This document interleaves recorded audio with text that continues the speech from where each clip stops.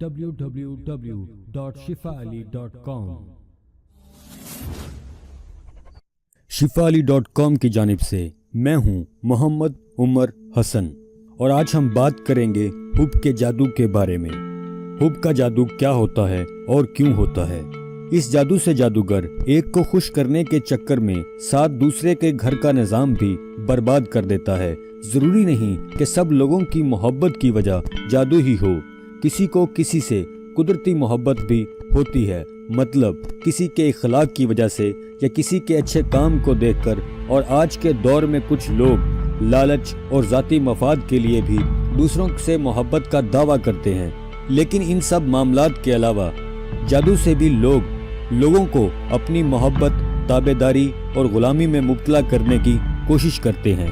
جادو چونکہ گناہ کبیرہ ہے، لہٰذا اس سے مدد لینا کسی صورت جائز نہیں۔ اس کا نتیجہ یہ نکلتا ہے جس پر جادو اثر کر جائے وہ اس کا غیر اختیاری طور پر مطیع ہو جاتا ہے، اس کی ہر جائز اور ناجائز بات میں اطاعت کرنے پر مجبور ہو جاتا ہے، اسے اپنے نفع یا نقصان کی پرواہ نہیں رہتی۔ ایسے جادو کی نوبت تب آتی ہے جب کوئی لڑکی یا لڑکا خوبصورت ہو اور معیار کے لحاظ سے بات بنتی نظر نہ آئے اور رشتہ جوڑنا مقصد ہو جائے، تو جادوگر کہتا ہے کہ ایسا عمل کر دوں گا، جس پر عمل ہوگا وہ خود تمہارے پیچھے آئے گا، تمہارے لیے تڑپے گا۔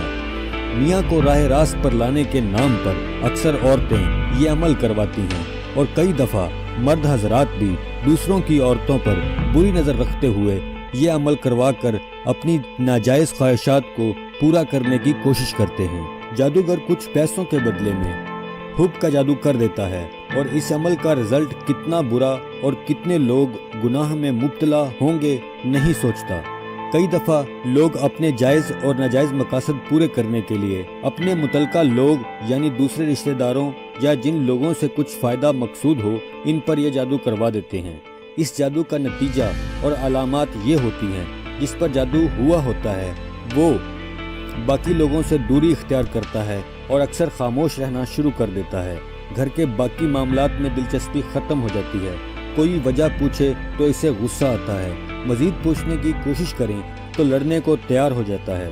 جس نے جادو کروایا ہوتا ہے وہ چاہے جتنا بھی ذلیل کرے اس کی اطاعت کرتا ہے تو کچھ چین ملتا ہے، اس سے دوری برداشت نہیں ہوتی، اور اسے کبھی کبھی یہ احساس بھی ہوتا ہے کہ وہ ایسا کیوں کر رہا ہے، لیکن وہ بے بس ہوتا ہے، اپنے اوپر کنٹرول نہیں کر پاتا۔